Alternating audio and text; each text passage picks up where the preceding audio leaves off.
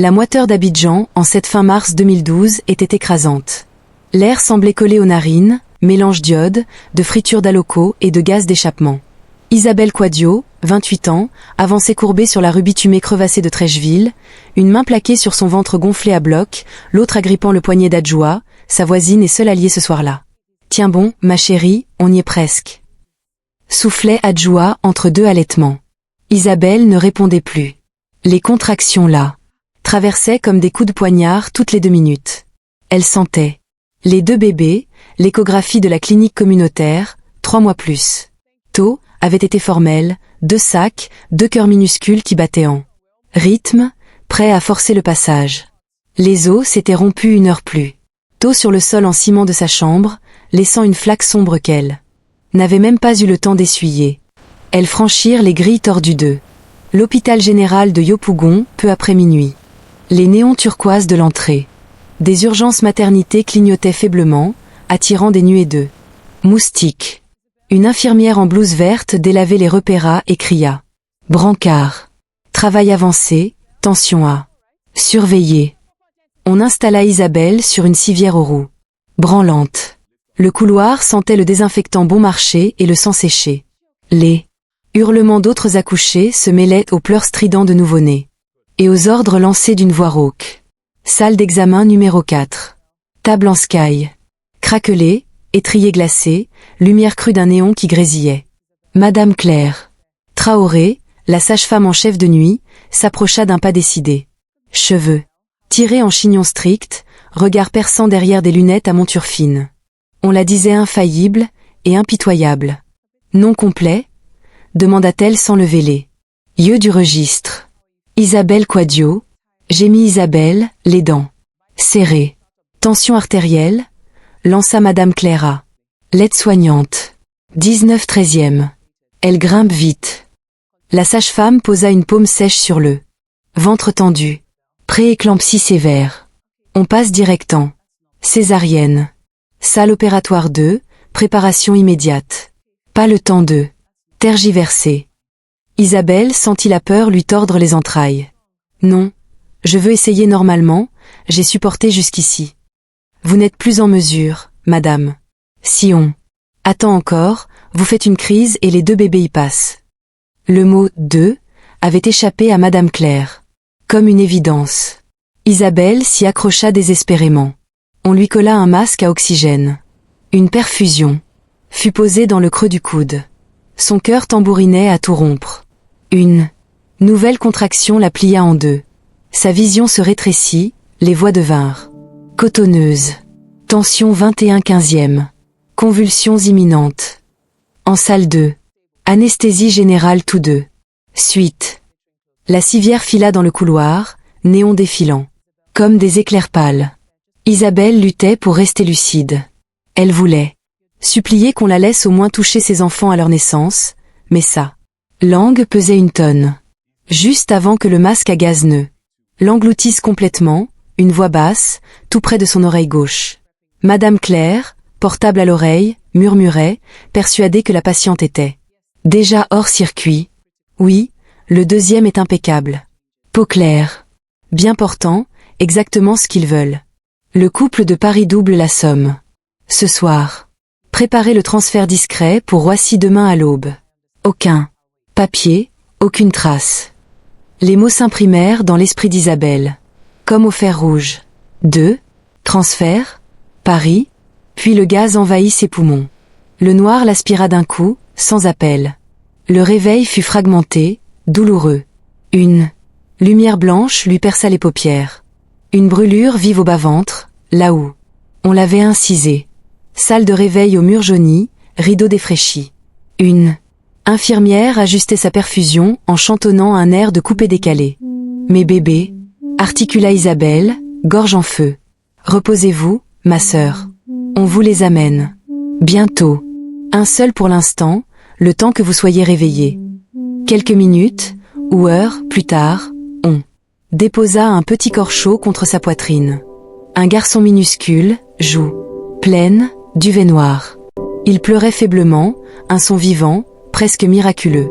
Pourtant quelque chose n'allait pas. Pendant un bref instant, elle crut sentir un Second poids, une seconde chaleur contre son sein droit. 2 petites. Respiration synchrone, 2 minuscules poings serrés sur sa peau moite. Puis, l'infirmière reprit l'enfant, un seul, et le berça avec un sourire crispé. Il est magnifique, hein? Un vrai petit lion. Isabelle voulut protester, mais sa voix n'était qu'un râle. Elle sombra à nouveau, épuisée. Le lendemain matin, un soleil dur traversait. Les persiennes tordues. Isabelle se réveilla assoiffée, migraine en étau. Madame Claire entra, dossier sous le bras, sourire professionnel vissé haut. Lèvres. Bonjour, Madame Quadio. Vous avez mieux dormi? Mes bébés, où sont-ils? Murmura Isabelle. Madame Claire posa le dossier avec un bruit sec. Il n'y en a qu'un, madame. Un garçon en parfaite santé. Nous l'avons appelé Étienne provisoirement. Isabelle se redressa d'un coup, ignorant la douleur qui irradiait de sa cicatrice. Non. J'ai entendu, vous avez parlé du deuxième au téléphone. Et hier, j'ai senti 2 bébés sur moi. 2. Le sourire de la sage-femme se durcit. Imperceptiblement. L'anesthésie et l'éclampsie provoquent des hallucinations très réalistes. Vous avez déliré. L'examen post-opératoire n'a révélé qu'un seul enfant viable. C'est un mensonge. L'écho de 3 mois. Montrez 2. Je l'ai vu. Parfois un jumeau s'arrête tôt. C'est courant. Les clichés ne sont pas toujours fiables dans les petits centres. Les larmes montèrent, brûlantes. Je veux mon dossier. Je veux une nouvelle écho. Appelez le médecin. Madame Claire soupira, lasse. Reposez-vous. Sortie demain. Occupez-vous du petit Étienne. Et surtout, ne remuez pas des fantômes. Ça ne sert à rien. Elle sortit, talons claquants sur le carrelage. Seule, Isabelle glissa la main sous son oreiller pour prendre son vieux téléphone, et ses doigts rencontrèrent un objet dur, rectangulaire. Elle le sortit lentement. Un bracelet d'hôpital rose pâle. 2 numéros. Gravés, 0321 et 0322. 2 bracelets. Pour 2 enfants. Quelqu'un avait glissé, oublié cet indice. Pendant son sommeil. Isabelle referma le poing dessus jusqu'à ce que le plastique lui entaille la peau. Elle ne savait pas encore comment elle le prouverait, ni quand elle frapperait, mais elle le jura sur la vie de l'enfant qu'on lui avait laissé. Elle retrouverait le second. Quoi qu'il en coûte. Le lendemain matin, la salle commune de la maternité bruissait d'une vie ordinaire. Pleurs de nourrissons, bavardage des mamans, cliquetis des plateaux repas. Isabelle Quadio était assise sur le bord du lit, le dos raide, les yeux rougis par une nuit sans vrai sommeil. Dans ses bras, Étienne dormait paisiblement, enveloppé dans une couverture bleu clair fournie par l'hôpital. Il avait les traits fins, un petit nez droit, des lèvres pleines comme les siennes. Mais chaque fois qu'elle le regardait, une question lui vrillait le cœur. Et l'autre? Madame Claire Traoré entra à 8 heures. Précise, toujours impeccable dans sa blouse amidonnée, un sourire mécanique. Aux lèvres. Elle portait un dossier sous le bras et un plateau avec 2 comprimés et un verre d'eau. Prenez vos antidouleurs, Madame Quadio. La cicatrice va tirer pendant plusieurs jours. Isabelle ne bougea pas. Elle serrait Étienne contre elle comme un bouclier. Je veux voir mon dossier médical. Tous 2. Suite. Madame Claire posa le plateau sur la table de chevet avec un soupir théâtral. Vous êtes encore sous le choc de l'anesthésie. Laissez le temps au corps de récupérer. J'ai trouvé ça sous mon oreiller. Isabelle ouvrit lentement sa main droite. Le bracelet d'hôpital rose pâle reposait au creux de sa paume, les numéros 0321 et 0322 gravés en noir mat, 2 numéros. Pour 2 enfants. Expliquez-moi. Le visage de la sage-femme ne trembla pas, mais ses yeux s'étrécirent une fraction de seconde, un éclat froid, presque animal. Un bracelet de plus, ça arrive. Erreur. D'archivage. On en a des dizaines en réserve. Celui-là n'a rien à voir avec vous. Il était sous mon oreiller. Quelqu'un l'a mis. Là pendant que je dormais. Madame Claire s'approcha, baissa la voix. Jusqu'à un murmure menaçant. Écoutez-moi bien, Madame Quadio. Vous êtes une femme seule, sans mari, sans famille riche pour vous défendre. Vous avez un enfant en bonne santé. Prenez-le, rentrez chez vous, et oubliez ces histoires de fantômes. Parce que si vous commencez à poser trop de questions, on peut très vite décider que vous n'êtes pas en état d'élever cet enfant correctement. Les services sociaux adorent les cas comme le vôtre. Isabelle sentit un froid glacial lui remonter l'échine. Elle referma les doigts sur le bracelet et le glissa dans la poche de sa chemise de nuit. Je ne dirai rien, pour l'instant. Mais c'est ce que j'ai entendu. Et ce que j'ai senti. Madame Claire se redressa, reprit son ton professionnel. Sortie autorisée à midi. On vous donnera les ordonnances et le carnet de santé d'Étienne. Prenez soin de lui. C'est tout ce qui compte. Elle tourna les talons et disparut dans le couloir. Isabelle passa les heures suivantes à observer chaque visage autour d'elle. L'infirmière qui changeait les perfusions, l'aide-soignante qui balayait, le gardien à l'entrée. Qui avait laissé le bracelet. Une complice repentie? Une erreur de la sage-femme elle-même? Elle n'avait aucun moyen de le savoir. Mais une chose était sûre, elle ne pouvait faire confiance à personne dans cet hôpital. À midi pile, on lui remit un sac plastique. Contenant des couches, un biberon stérilisé et le carnet rose d'Étienne. Isabelle signa les papiers de sortie d'une main tremblante, puis quitta l'hôpital, Étienne blotti contre elle dans un pagne noué sur son dos. Le soleil tapait fort sur le parking poussiéreux. Des taxis klaxonnaient, des vendeuses de beignets criaient leur prix.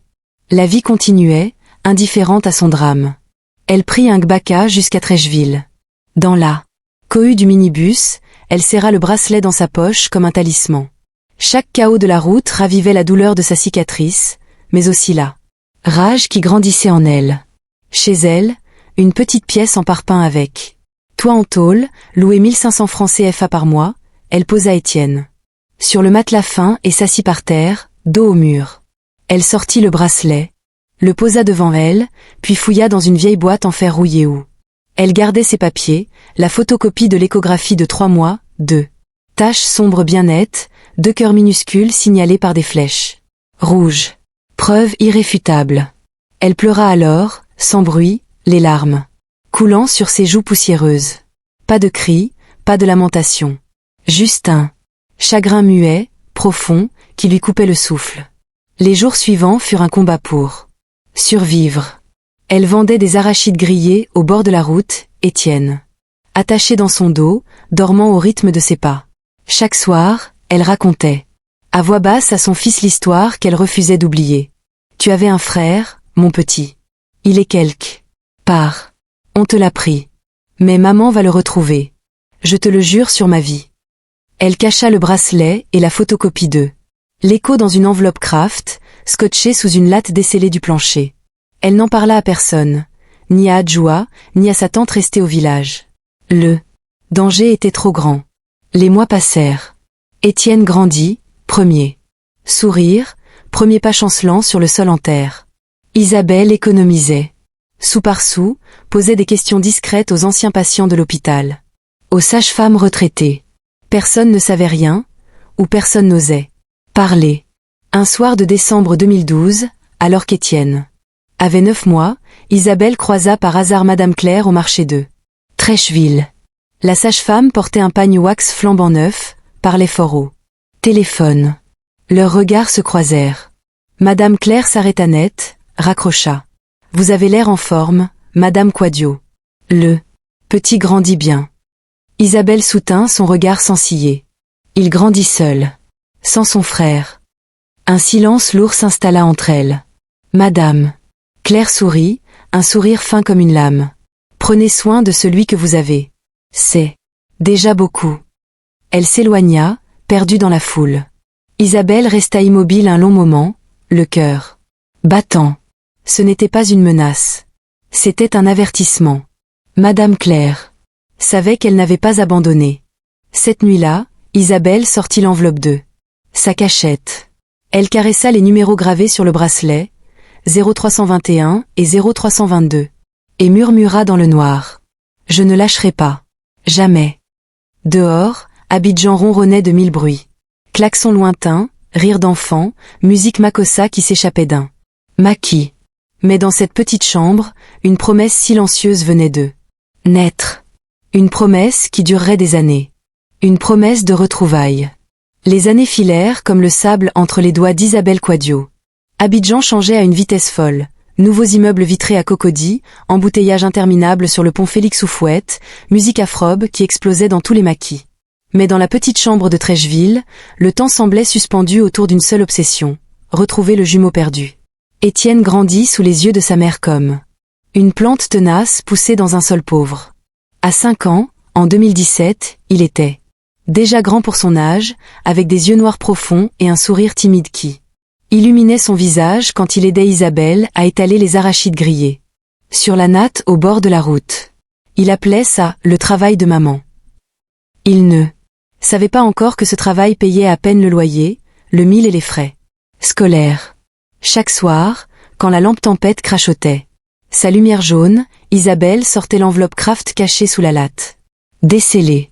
Elle posait le bracelet rose pâle sur la table basse et racontait l'histoire à voix basse, comme une prière. Tu avais un frère, Étienne. Il est né la même nuit que toi, à l'hôpital de Yopougon.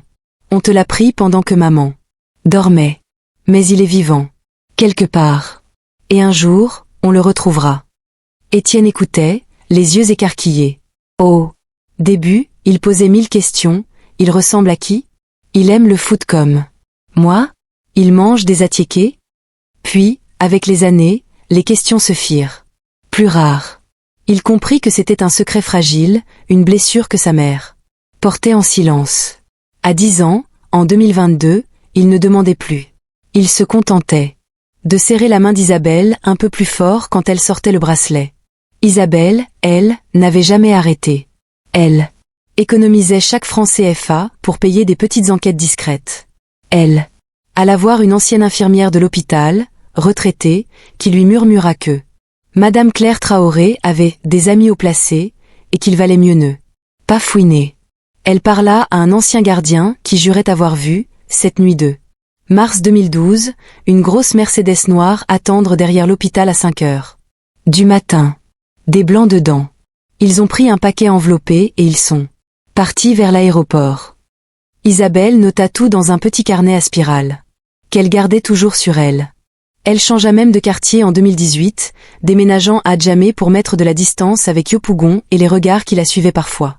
Mais Madame Claire, elle le savait, n'oubliait pas. Un jour de 2020, pendant la pandémie, alors qu'Isabelle faisait la queue pour un sac de riz subventionné, une femme inconnue s'approcha et lui glissa un papier plié. Arrête de poser des questions. Pour le bien de ton fils. Isabelle brûla le mot le soir même, mais le message resta gravé dans sa chair. Pendant ce temps, à des milliers de kilomètres, un autre garçon grandissait dans un monde radicalement différent. Lucas Beaumont, c'était le nom qu'on lui avait donné, vivait dans un appartement haussmannien de l'avenue Montaigne, à Paris. 7 pièces, parquet Versailles, vue sur la Seine. Ses parents adoptifs, Marc et Sophie Beaumont, étaient des héritiers d'une vieille fortune dans l'immobilier de luxe. Stériles après des années de FIV ratées, ils avaient payé une somme exorbitante, 50 millions de francs CFA à l'époque, pour adopter discrètement un bébé ivoirien en 2012. Ils n'avaient jamais mis les pieds en Afrique. Tout s'était réglé par des intermédiaires suisses et un contact à Abidjan. Lucas était un enfant modèle, excellent en classe, passionné de piano et de football. Il jouait ailier dans une équipe de jeunes du 8e arrondissement. Mais il y avait quelque chose d'indéfinissable en lui. Une mélancolie qui surgissait sans raison. Des cauchemars récurrents, une lumière crue d'hôpital, des cris en langue qu'il ne comprenait pas, une chaleur moite, une odeur d'antiseptique mêlée à du métal chaud. Il se réveillait en sueur, le cœur battant, et refusait de porter une montre ou un bracelet. Ça me sert, disait-il simplement. À 12 ans, en 2024, il commença à poser des questions. Maman, pourquoi je n'ai pas de photos de quand j'étais bébé? Sophie souriait, un peu trop vite, on t'a adopté tard, chérie. Les premiers mois étaient compliqués. Marc changeait de sujet. Mais Lucas n'était pas dupe. Il remarqua une cicatrice, fine au poignet gauche, presque invisible, qu'il avait depuis toujours. Ses parents disaient que c'était une marque de naissance. Il n'y croyait plus. En 2022, l'année où Étienne fêtait ses 10 ans. À Abidjan, Lucas en avait 10 également. Ce fut l'année où tout commença à basculer pour lui aussi. Un soir d'octobre, Alors que ses parents étaient à un gala, Lucas fouilla le bureau de son père. Dans un tiroir fermé à clé, qu'il ouvrit avec un trombone tordu, il trouva une enveloppe Kraft jaunie. À l'intérieur, une photo floue d'un nouveau-né emmailloté, prise dans une chambre d'hôpital aux murs jaunis. Au dos, écrit au stylo noir. Yopougon, 15 mars 2012, transfert OK. Son cœur s'arrêta une seconde. 15 mars 2012. Ça. Date de naissance officielle. Il remit tout en place, mais cette nuit-là, il ne dormit pas. Pour la première fois, il se demanda si les parents qu'il aimait étaient vraiment les siens. À Abidjan, ce même mois d'octobre 2022, Isabelle sortit son carnet et ajouta une nouvelle ligne. Mercedes noire, aéroport, 5 heures du matin. Possible vol vers Paris. Continuez à chercher. Elle ignorait que, de l'autre côté de la mer, un garçon de 10 ans venait de trouver la première fissure dans le mensonge qui l'avait enveloppé depuis sa naissance. 2 vies parallèles. 2 garçons identiques. Sans le savoir. 2 mères, l'une qui cherchait, l'autre qui cachait. Mais le temps des retrouvailles approchait, porté par une maladie invisible qui allait bientôt frapper l'un d'eux. Octobre 2022. Paris scintillait sous une pluie fine qui faisait briller les pavés de l'avenue Montaigne. Lucas Beaumont, 10 ans et demi, rentrait de l'école internationale où il étudiait en section bilingue. Son cartable en cuir cognait contre sa jambe tandis qu'il montait les marches de marbre de l'immeuble. Sophie Beaumont l'attendait dans l'entrée, un sourire impeccable, un plateau de goûter déjà prêt. Madeleine tiède, chocolat chaud, fruits coupés en quartier parfait. Comment s'est passée ta journée, mon chéri? Bien. On a fait un contrôle de maths. J'ai eu 18. Elle l'embrassa sur le front. Lucas sentit le parfum Chanel numéro 5, toujours le même, rassurant et lointain à la fois. Il monta. Dans sa chambre, mur bleu pâle, lit king size, poster de Kylian Mbappé et de constellation, et referma la porte doucement. Il n'avait pas dormi depuis 3 nuits. La photo trouvée dans le tiroir de son père tournait en boucle dans sa tête. Yopougon, 15 mars 2012. Transfert OK. Ces mots simples le hantaient comme un code secret qu'il ne parvenait pas à déchiffrer. Il avait cherché sur Internet. Yopougon était un quartier d'Abidjan, en Côte d'Ivoire. Une ville chaude, bruyante, pleine de marchés et de taxis-brousses. Rien à voir avec le silence feutré de son appartement. Ce soir-là, après le dîner, saumon grillé. Asperges, conversation polie sur les vacances de Noël aux Maldives, Lucas attendit que ses parents descendent au salon regarder un documentaire. Il ressortit l'enveloppe Kraft qu'il avait photocopiée en cachette à la reprographie du quartier. La photo floue montrait un bébé minuscule, emmailloté, dans un linge blanc, couché sur un matelas d'hôpital jauni. Au coin de l'image, on devinait un bracelet rose au poignet du nourrisson. Lucas leva son propre poignet gauche. La cicatrice fine, presque invisible, correspondait exactement à l'emplacement du bracelet sur la photo. Son cœur cognait si fort qu'il l'entendait dans ses oreilles. Il ouvrit son ordinateur portable, un MacBook, offert pour ses 10 ans, et tapa dans Google, Adoption Abidjan 2012.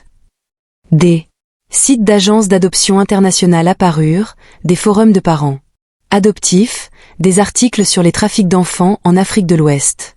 Il lut, pendant des heures, les yeux brûlants. Des mots revenaient, intermédiaires, douteux, naissance sous X, réseau clandestin. À minuit, il trouva un article daté de 2015 sur un scandale à l'hôpital de Yopougon, une sage-femme accusée d'avoir vendu des nouveau-nés à des familles étrangères. Le nom n'était pas mentionné, mais une photo en noir et blanc montrait une femme d'une 50aine d'années, chignon strict, regard dur. Lucas sentit un frisson lui remonter le dos.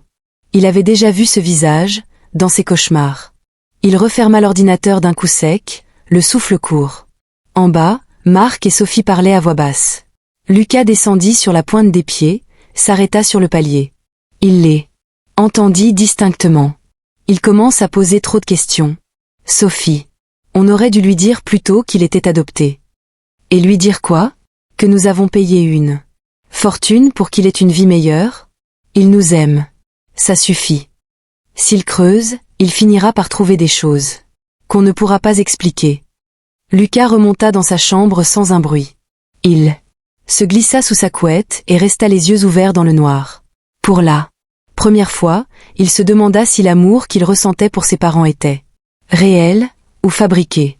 Pendant ce temps, à Abidjan, la vie d'Isabelle et d'Étienne suivait son cours rude mais stable.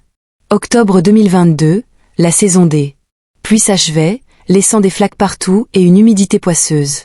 Étienne, 10 ans, rentrait de l'école publique d'Adjamé avec son cartable troué.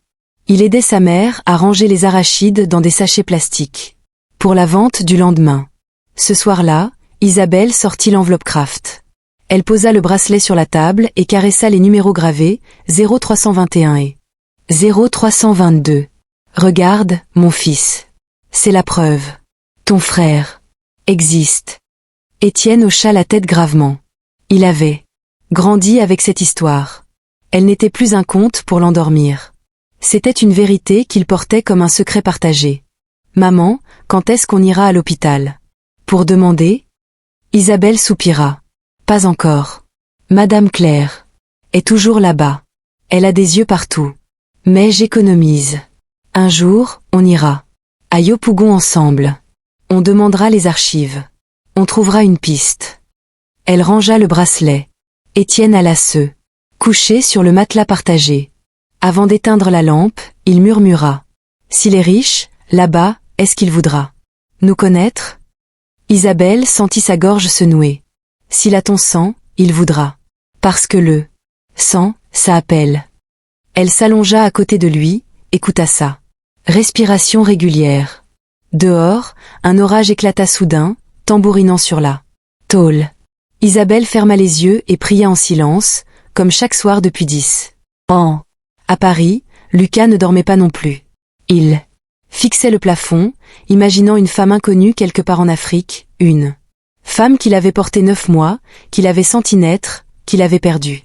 Pour la première fois, il se demanda quel goût avait l'attiéké, quel bruit faisait un gbaka dans les rues bondées, quelle chaleur portait l'air d'Abidjan. 2 garçons de 10 ans, séparés par un océan et un mensonge. Mais les fissures s'élargissaient. Bientôt, l'un d'eux tomberait malade. Et cette maladie deviendrait le fil qui les relierait enfin. Paris, janvier 2025. L'hiver mordait les rues de l'avenue Montaigne, mais dans l'appartement des Beaumont, le chauffage ronronnait doucement, indifférent au froid extérieur. Lucas avait 13 ans. Il rentrait du collège, jetait son sac dans l'entrée et montait directement dans sa chambre sans un mot. Depuis quelques semaines, il se sentait lourd, fatigué, comme si son corps portait un sac de pierre invisible. Au début, il avait mis ça sur le compte du froid, des entraînements de foot trop intenses, des nuits courtes passées à fouiller Internet sur son ordinateur. Mais un matin, en se levant, il avait vu du sang dans les urines. Pas beaucoup, juste des traces rosées qu'il avait figées devant la cuvette. Il n'en avait parlé à personne. Pas encore. Les symptômes s'aggravèrent en silence, édème aux chevilles, maux de tête constants, nausées le matin. En février, lors d'un match, il s'effondra sur la pelouse après un sprint. Le coach appela les urgences. À l'hôpital Necker, les analyses tombèrent comme un couperet. Insuffisance rénale aiguë. Créatinine à 450 mmol, L. Protéinurie massive. Biopsie rénale programmée d'urgence. Marc et Sophie Beaumont passèrent la nuit dans la salle d'attente, blême. Quand le néphrologue sortit, il parla d'une glomérulonéphrite rapidement progressive, probablement génétique. Il faut un donneur compatible très vite. Les dialyses ne tiendront pas longtemps. Les tests de compatibilité commencèrent. Immédiatement. Marc d'abord, incompatibilité totale. Sophie ensuite, même. Résultat. Pas un seul antigène HLA en commun. Le médecin fronça les sourcils. Relut les résultats 2 fois. C'est inhabituel pour des parents. Biologique. Vous êtes sûr de vos liens? Sophie blêmit. Marc serra les dents. Nous l'avons adopté. Mais nous l'avons toujours considéré comme notre fils. Le néphrologue hocha la tête, neutre. Dans ce cas, il faut chercher dans la fratrie biologique ou dans la famille élargie. Avez-vous des informations sur la mère biologique? Silence glacial. Sophie murmura, nous n'avons jamais eu de contact direct. Tout est passé par une agence. Lucas, Alité dans sa chambre stérile, entendit. Tout à travers la porte entr'ouverte. Il serra les draps jusqu'à ce que ses jointures blanchissent. Adopté. Il le savait déjà, au fond. Mais l'entendre. Ainsi, froidement, comme un fait médical, le brisa. Cette nuit-là, seul avec le bip des moniteurs. Il prit une décision. Il fouilla dans le téléphone de sa mère, code 2512, sa date d'anniversaire, et retrouva l'enveloppe numérique qu'il avait scannée. 2 ans plus tôt. La photo floue. La mention Yopougon, 15 mars 2012. Il tapa dans Google, hôpital Yopougon archive naissance 2012. Peu de résultats, mais un forum d'expatriés ivoiriens mentionnait un scandale ancien. Des bébés vendus, des familles françaises impliquées. Un nom revenait en boucle. Dans les commentaires, Claire Traoré. Lucas nota tout sur un carnet, date, hôpital. Nom de la sage-femme. Puis il envoya un message à son meilleur ami, Théo. Si je disparais quelques jours, dis rien à mes parents. Je t'expliquerai après. Il réserva un billet aller simple Abidjan-Paris. Sur son compte épargne, cadeau d'anniversaire accumulé depuis des années. Départ dans 10 jours. Il savait que c'était de la folie, il était malade. Fragile, dialysé 3 fois par semaine en attendant la biopsie. Mais il ne pouvait plus s'attendre. S'il avait une mère biologique quelque part, elle pouvait être compatible. Et même si elle ne l'était pas, il voulait la voir. Juste une fois. À Abidjan, le même mois de février 2025. Étienne fêtait ses 13 ans. Isabelle avait préparé un attiéké sauce graine. Avec du poisson frais, un luxe rare. Ils mangèrent à même le sol, riant quand Étienne renversa du piment sur sa chemise. Mais Isabelle remarqua les cernes. Sous les yeux de son fils. Tu dors mal, mon cœur. Étienne haussa les épaules. J'ai rêvé d'eux. L'hôpital encore. Toi qui criais, et un bébé qui pleurait loin. Isabelle sentit son cœur se serrer. Elle sortit. L'enveloppe Kraft, posa le bracelet sur la table. Bientôt, on ira à Yopougon. J'ai économisé. Assez pour payer un taxi et un petit enquêteur. On demandera les registres. Étienne toucha les numéros gravés, 0321 et 0322. Et s'il ne veut pas de nous? S'il est devenu riche et qu'il a honte? Isabelle prit son visage entre ses mains. Le sang ne ment pas, Étienne. Et même s'il a honte, moi je n'aurai jamais honte de lui. Ni de toi. Le lendemain, Isabelle reçut un appel anonyme. Une voix de femme, basse, déformée. Arrête de fouiner, Isabelle Quadio. Ton fils est en vie, mais si tu continues, il pourrait ne plus l'être. La ligne se coupa. Isabelle fixa le téléphone, tremblante. Pour la première fois depuis 13 ans, la peur l'emporta sur la colère. Elle cacha le bracelet plus profondément, mais ne renonça pas. À Paris, Lucas emballait un petit sac. Passeport, médicaments anti-rejet, volés dans la pharmacie de l'hôpital, la photo floue et un billet d'avion. Il écrivit une lettre pour ses parents, adoptifs, qu'il laisserait sur la table de nuit. Je pars chercher la vérité. Ne me cherchez pas tout de suite. Je vous aime, mais j'ai besoin de savoir d'où je viens. Pardonnez-moi. Lucas. Il prit un taxi pour Roissy à l'aube. Dans l'avion, il s'endormit malgré la douleur sourde dans les reins, rêvant d'une femme aux mains calleuses qui le berçait dans une pièce au mur jauni. À Abidjan, un avion atterrissait le même jour, portant un garçon malade, riche et perdu. Et quelque part dans Yopougon, une sage-femme, vieillissante, sentait le vent tourner. Les fils se croisaient enfin. Février 2025. L'aéroport Félix Houphouët-Boigny d'Abidjan bruissait de monde malgré leur matinale.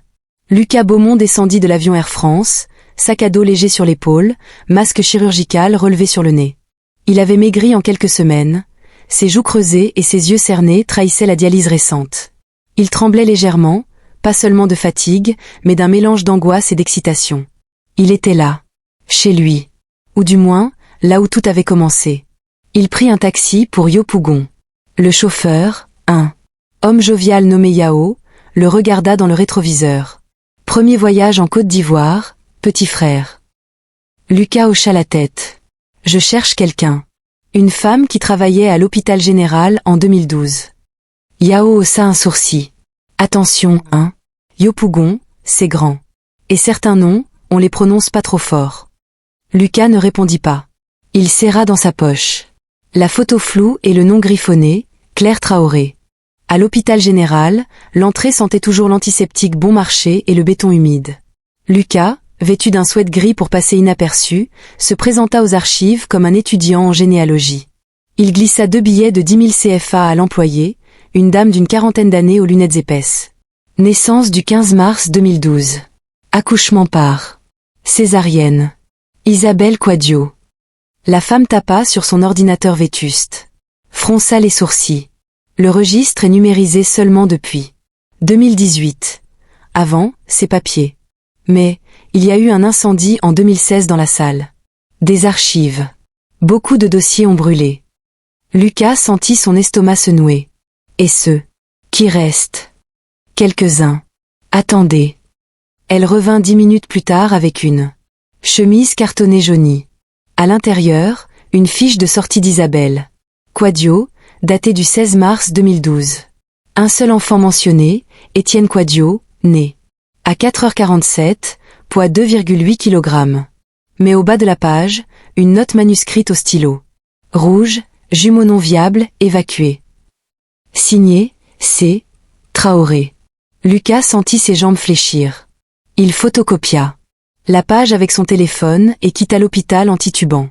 Dehors, il héla un autre taxi et demanda à aller à Trècheville, puis à Adjamé, les quartiers où Isabelle avait vécu selon les bribes d'informations qu'il avait glanées en ligne. Il passa 2 jours à errer dans les marchés, montrant la photo floue à des vendeuses d'arachides, des coiffeuses, des mamans assises sur des tabourets. Personne ne reconnaissait le bébé. Mais une vieille dame, vendeuse de tissus, plissa les yeux. Cette cicatrice au poignet, on dirait le petit de Isabelle Quadio. Elle vend des arachides près du grand carrefour d'Adjamé maintenant. Lucas trouva Isabelle le 3e jour.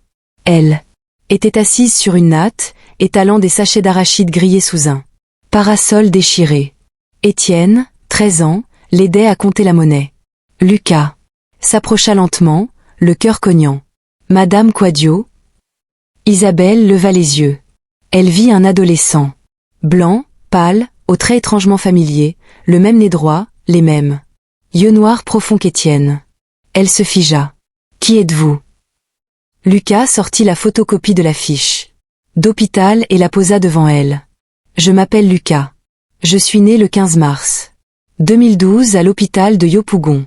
J'ai cette cicatrice au poignet depuis toujours. Et je crois que je suis votre fils. Isabelle porta la main à sa bouche. Ses yeux s'emplirent de larmes. Elle toucha la photocopie, puis le poignet de Lucas. La cicatrice fine correspondait exactement à l'emplacement du bracelet qu'elle gardait depuis 13 ans. Attends. Elle fouilla dans son sac en toile usé. Sortit l'enveloppe Kraft. Elle en tira le bracelet rose pâle, 0321 et 0322. Lucas le prit, les doigts tremblants. Il le compara à sa cicatrice. Parfait. J'ai entendu une sage-femme parler au téléphone cette nuit-là. Elle a dit le 2e, et couple de Paris. Isabelle se leva d'un bond, serra Lucas contre elle sans réfléchir. Il se raidit d'abord, puis fondit en sanglots silencieux. Contre son épaule. Étienne, figé à côté, regardait son double, même taille. Même silhouette, même regard perdu. C'est toi? Murmura Étienne. Mon frère. Isabelle les serra tous les deux, pleurant sans retenue. Mais au même moment, à l'autre bout du marché, une silhouette familière observait la scène depuis l'ombre d'un étal. Madame Claire Traoré, cheveux grisonnants mais toujours ce chignon strict, parlait haut. Téléphone à voix basse. Il est là. Le 2e est revenu. Il a trouvé la mère.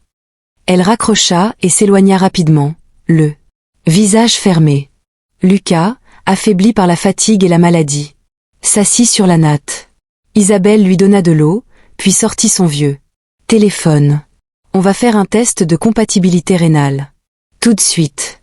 J'ai une amie infirmière à Cocody.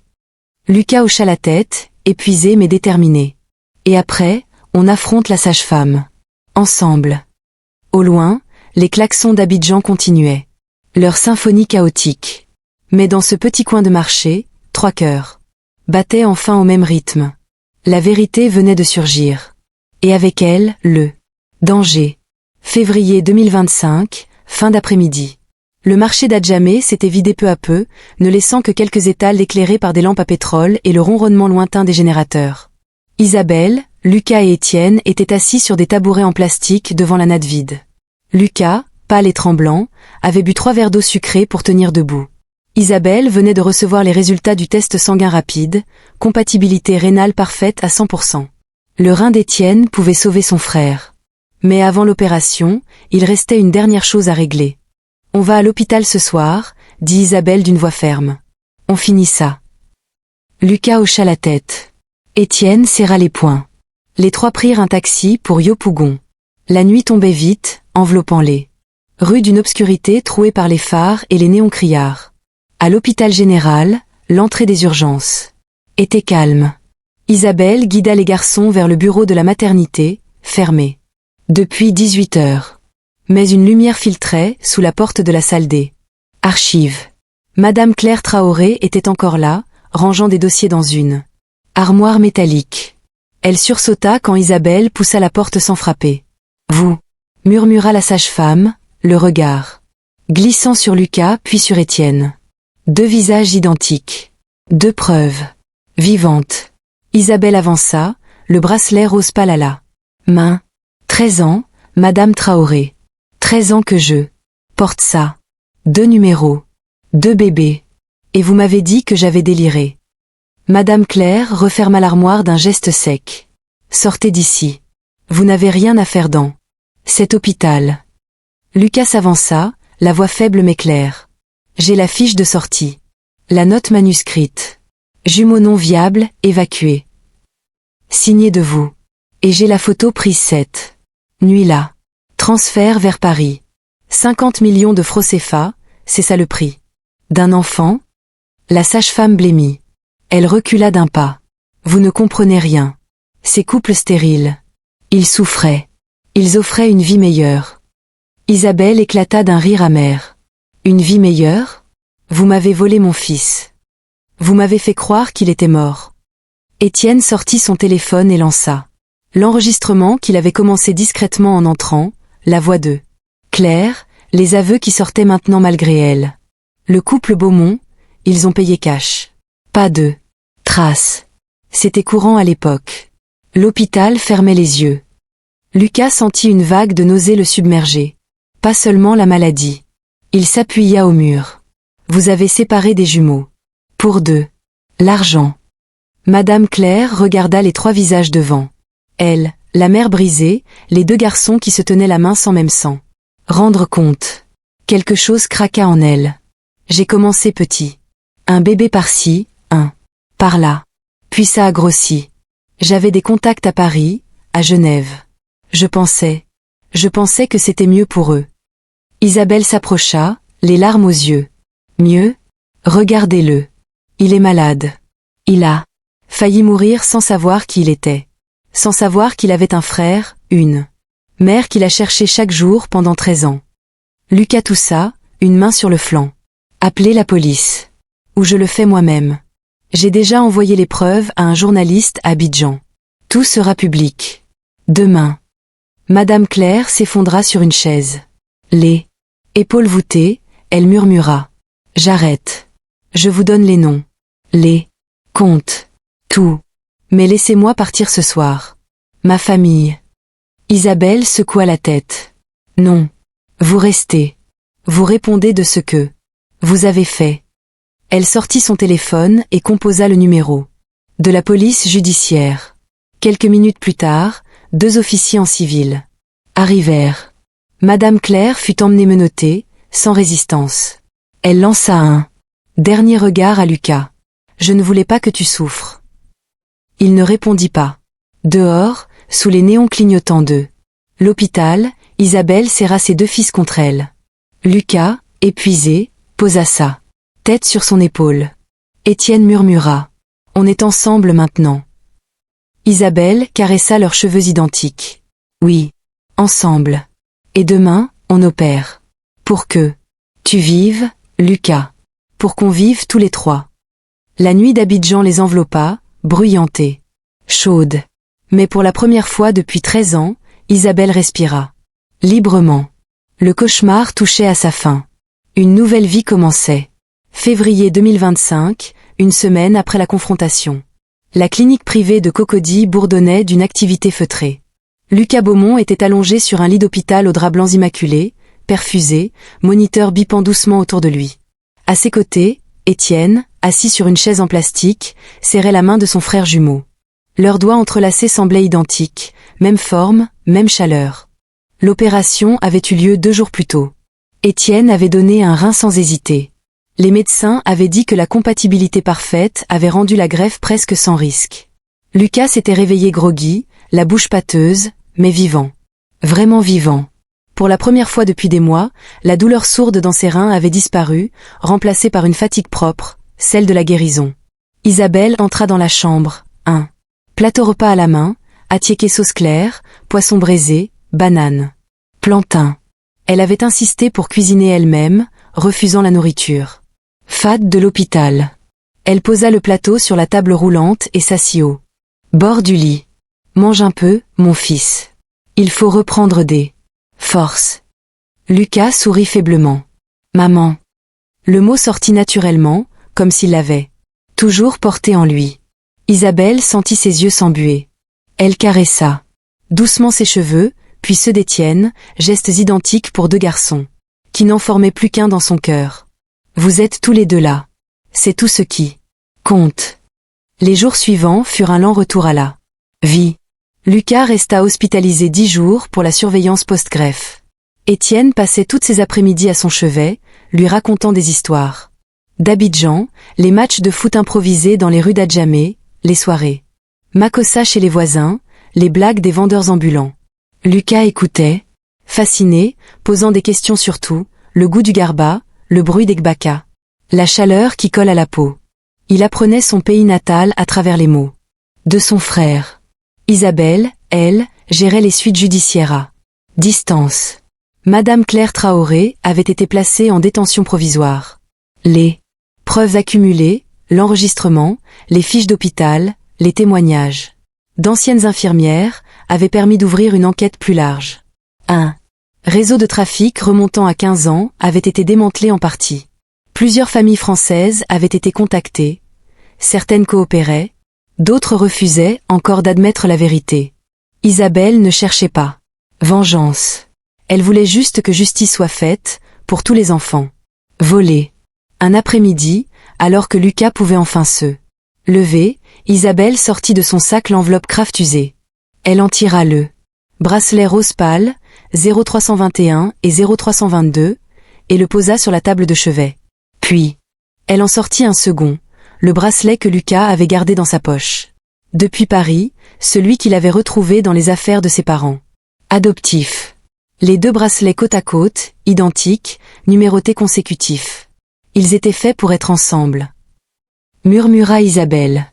Elle les attacha l'un à l'autre avec un fil fin, et les suspendit au cadre du lit, comme un talisman. Lucas et Étienne les regardèrent longuement, silencieux. « Je reste encore 1 mois ici, » dit Lucas. « Les médecins veulent surveiller la greffe. Après, je ne sais pas. Mes parents, Marc et Sophie, ils m'ont appelé tous les jours. Ils veulent venir. » Isabelle hocha la tête. « Ils t'ont élevé. Ils t'aiment. On ne va pas les effacer. Mais tu as une famille ici aussi. Tu pourras venir quand tu veux. Ou rester. C'est toi qui choisis. » Lucas serra la main d'Étienne. « Je veux les 2. Paris et Abidjan. Mes 2 vies. » Étienne sourit. « Alors on ira ensemble. Je t'apprendrai à danser le coupé-décalé. Et toi, tu m'apprendras à jouer du piano. » Isabelle rit doucement, les larmes aux yeux. Pour la première fois depuis 13 ans, elle se sentait entière. Dehors, Abidjan continuait son rythme effréné. Klaxons, rires, musique qui s'échappait des maquis. Mais dans cette chambre d'hôpital, 3 cœurs battaient enfin en harmonie. Le vol avait duré trop longtemps. La réunion, elle, ne faisait que commencer.